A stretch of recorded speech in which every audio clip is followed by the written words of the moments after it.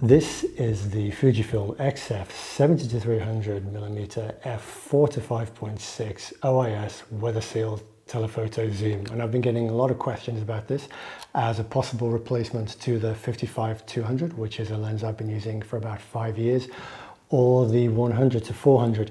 Now this is a consumer level lens. It's very similar to the 55-200, which has an incredible reach. 70 to 300 in a 35mm equivalent is something like about 105 to 450. And this lens, unlike the 55 to 200, is compatible with Fuji's teleconverters. So you'll get double that reach if you use it with a 2x teleconverter. So it goes to 600, which in 35mm terms is 900mm. So it's got an incredible reach. Now you gain something, what you gain at the long end of the lens, the extra 100mm compared with this, you do lose at the other end of the lens from 70mm. So if you're used to carrying a mid-range zoom, something like the 18 to 55 or the 16 to 55, then you're going to find you've got a little bit of gap in your focal coverage, that gap between 55 to 70mm. Now for me, that's a gap that I use quite a lot. So this lens doesn't really tempt me that much when it came out, but I am really curious to see how it stacks up against this as a landscape lens. Now, because of that range, this lens feels to me more like a lighter, less expensive replacement for something like the 100 to 400 than a replacement to this. And I think because of the focal range, it's better paired with something like the 16 to 80. Those two lenses together are going to make an ideal pair, giving you a really wide focal range from 16 all the way up to 300. And I think that's really what Fuji were aiming this lens for. Telephoto lenses are essential lenses for landscape photography, and this one, the 55-200, has been with me everywhere for the last 5 years. On every trip that I've ever been on, I wouldn't be without it, and I've used it almost as much as my wide-angle zoom. There's just something about telephoto zooms. What they do is they bring distant subjects closer. So when you're shooting in the mountains, it gives you this really nice compression of peaks.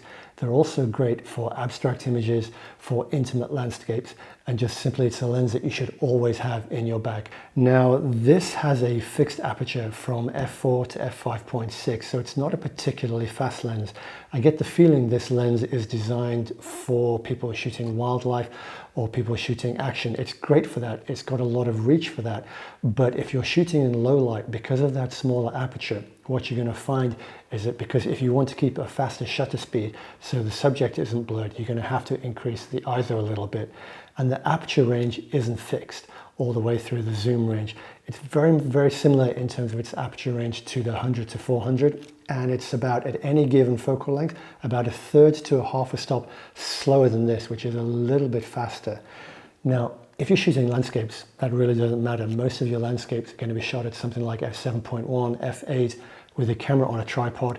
You don't have to worry too much about a moving subject. Now the lens also has image stabilization, which Fuji claim is up to 5.5 stops when it's used with an image stabilized camera like the X-T4 or the XS10, which is what I've got it on here. Now that's a great use if you're shooting landscapes handheld. Again, not so much use if you're shooting action or wildlife, because image stabilization allows you to use a slower shutter speed, but if you're shooting a subject that's moving, that subject is going to be blurred. So in terms of real world shooting, what does that actually mean, 5.5 stops? Now, as a general rule of thumb, your shutter speed should be double your focal length. So if you're shooting a subject with a focal length of about 200mm, then your shutter speed should be something like 1/400 to avoid image shake. The longer the telephoto, the more the shake is magnified down the lens. So really 5.5 stops faster than that should mean that you can use this handheld at something like 1/10 of a second, which is really quite slow for shooting landscapes. And actually in my tests, I found that I could manage 1/10 of a second. I could even get it down to something like 1/2 of a second. And it's also really useful for when you're shooting video handheld. This is what the image looks like at 300mm without image stabilization. And this is what it looks like with image stabilization. So you can see it really does work. It makes a big difference and really makes this lens very useful when it comes to handheld shooting. In terms of the build quality, it is a plastic lens. It doesn't have the same super solid metal construction of something like the 50 to 140 or the 16 to 55. The build construction is very, very similar to the 55 to 200, which despite the plastic it really does feel like quite a solid lens. Now it's a little bit longer than the 55-200, as you can see here, and it's also a little bit fatter, but it has exactly the same weight, which leads me to believe that maybe there's a little bit less metal or a little bit less glass used in the construction. Now, I've, as I said, been using this lens for 5 years, and I've used it in all kinds of conditions. I've used it in waterfalls, I've used it in freezing conditions, down to -20, I've used it in blizzards, I've used it in volcanic dust, and the lack of weather sealing on this lens has never been a problem. So the fact that this is weather sealed, it is nice. For me, it's not a deal breaker because I've managed to live without it for so long, but it is nice. It does give you that extra sense of confidence when you're shooting in dusty or humid conditions. And the fact that the build quality is very similar to this, and this lens has never let me down, leads me to believe that this is really going to be a pretty reliable lens, it's like all of Fuji's lenses. Now, the fact that this is a relatively compact lens and quite light at 580 grams mean that it's an excellent lens for hiking and considerably less cumbersome and bulky than something like the 100 to 400. And it's that reason, that lightness, why I've always chosen something like the 55 to 200 over a heavier lens like the 50 to 140. Now, one of the things about both of these lenses is that they do have, the zoom does extend. So when you zoom the lens, the lens barrel does extend, which makes it a little bit less balanced. And it also means that there's a possibility of getting dirt and bits of grit inside the lens. Now, this has never been a problem for me with the 55 to 200, but I can understand that it's something that does concern people. Another thing that you sometimes get with zoom lenses like this is zoom creep, which means when you're holding the lens down, then the zoom tends to drop down. Now, I've not noticed it on this lens. It doesn't seem to creep at all, but it is a very new copy, and these kind of things can build up over time. But what Fuji have done on this lens is put in a lock here. So when you lock it, it actually locks the zoom a little bit. So when you're carrying the lens, that lock is going to stop it from creeping at all. Now, this is the 55-200. I've had this for 5 years and I've never had creep with this. You can see it really doesn't creep, and it's 5 years old and been used a lot.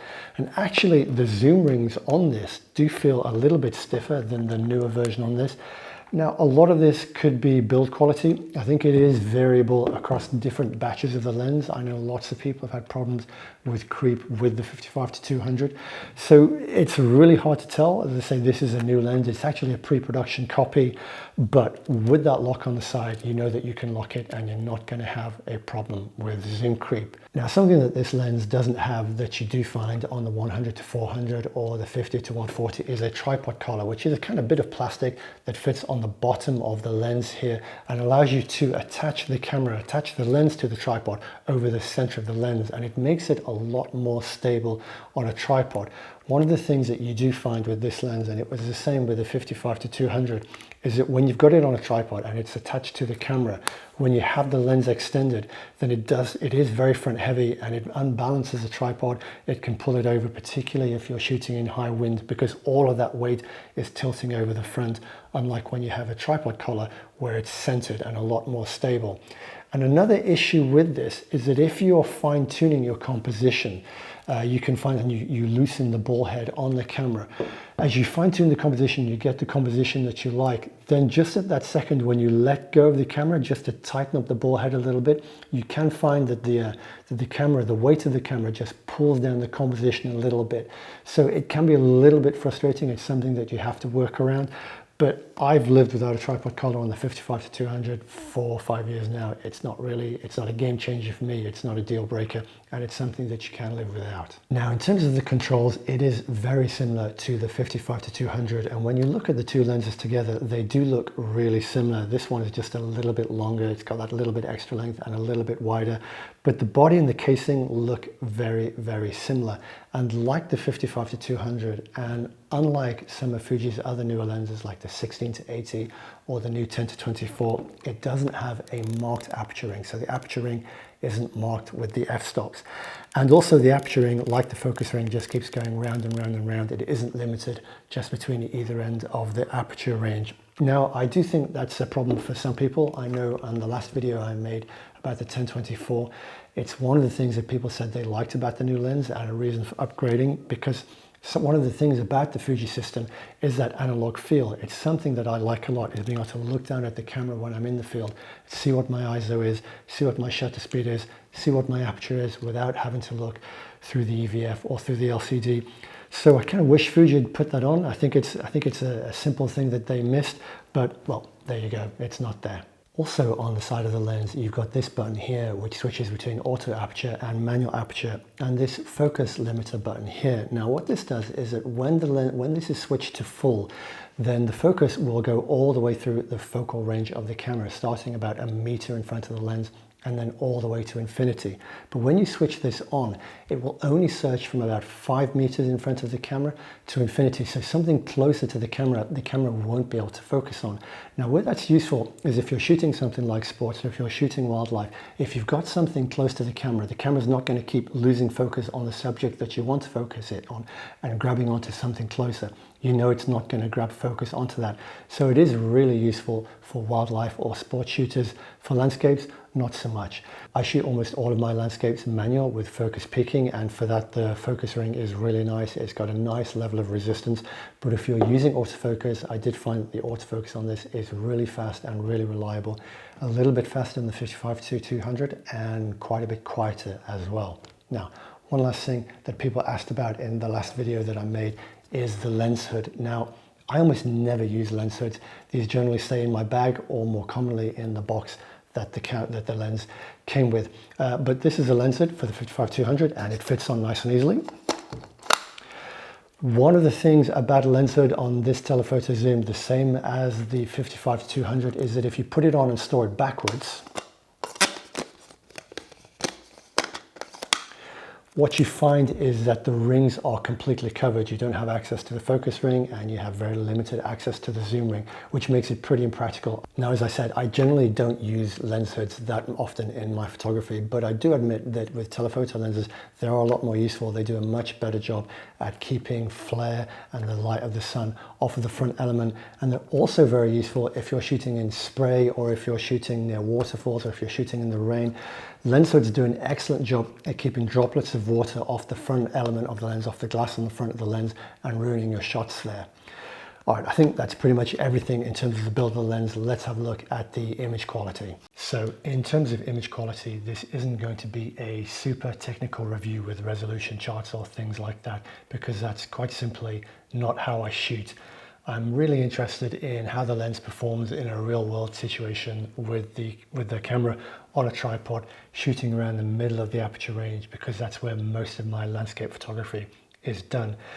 And the other thing is that the image quality is always going to suffer due to being compressed for the video and then being compressed again to upload to YouTube. So it's very hard to give a really accurate idea of what the image quality is like in a video. And the final thing to say is that although I'm a landscape photographer, I haven't really been able to shoot any landscapes with this lens because we have a really strict lockdown at the moment in Lisbon. It's very hard to get out of the city to actually shoot landscapes. So most of the images that we're going to be looking at are cityscapes shot around Lisbon. Now what I want to do is to compare images with the 55-200 and the 70-300 at different focal lengths. So this is at 70-300, which is the widest focal length that you can get on the 70-300, obviously. Just to give you an idea, that's what the 55-200 looks like at 55, so that's slightly wider. So that's what you lose. That's the difference between the widest focal lengths. So let's compare them together. On the left here, you have the 70-300. On the right, the 55-200, and they're both shot at f8. So if we zoom in, we can see there's not really a huge amount of difference at this focal length. If anything, in the center, I would say that perhaps the 55-200 looks a bit sharper. We can zoom in just a little bit more. That's 100%. So let's go in to 200. And when we look around the details on this building, it's really hard to say which one's sharp here. I think they're both very similar. Let's have a look at the border over here and go down into the corner. And I think when we get to the borders, the 70-300 is certainly sharper when I look at the detail around these windows compared with here. I think there's some writing down here. Yeah, the contatto here. Actually, it's very hard again to see a difference. There's really not a huge amount of difference, I think, at 70 millimeters. So let's have a look at 100. So again, on the left 70-300, and on the right we've got the 55-200. Let's zoom out. And then again, when we look at the details here, I think, yeah, again, really not a huge amount of difference. This one has a slightly different exposure, so it's not entirely accurate, but I would say that it's really hard to make a call which is sharper there. Again, let's go over into the corners and look at the details here. Not really a lot of difference. So you can see the lens, both lenses are very sharp. I've always been really happy with the 55-200. I think it's a great lens when you use it in the middle of the aperture range, and it is really sharp, generally up until around about 135. It drops off a little bit there, but I've always been very happy with the performance. And you can see here that compared with the 70-300 at 100mm, there's not a huge amount of difference. So now we go to 135, and I think here that you start to notice a difference. The 70-300 here in the center is quite a bit sharper on this building. When we go into the corners, I suspect, or the borders, that's going to be magnified a little bit more. Yeah, again, I think looking along the details on this roof, the 70-300, and these details around here, these air conditioning units, 70-300 is quite a bit sharper. Now, when we get to 200, I think the difference is going to be even more pronounced. Yeah, so if we look at the details on this balcony, the 70-300, and on the side of the building here, it's considerably sharper than the 55-200. It always has something that I've always noticed with that lens. It does drop off quite a lot, particularly past about 150mm, and at 200 you do notice quite a bit of softness creeping in, even in the middle of the aperture range. Again, you can see, I think, quite a big difference in this building here. Let's go down and check the corners and the borders.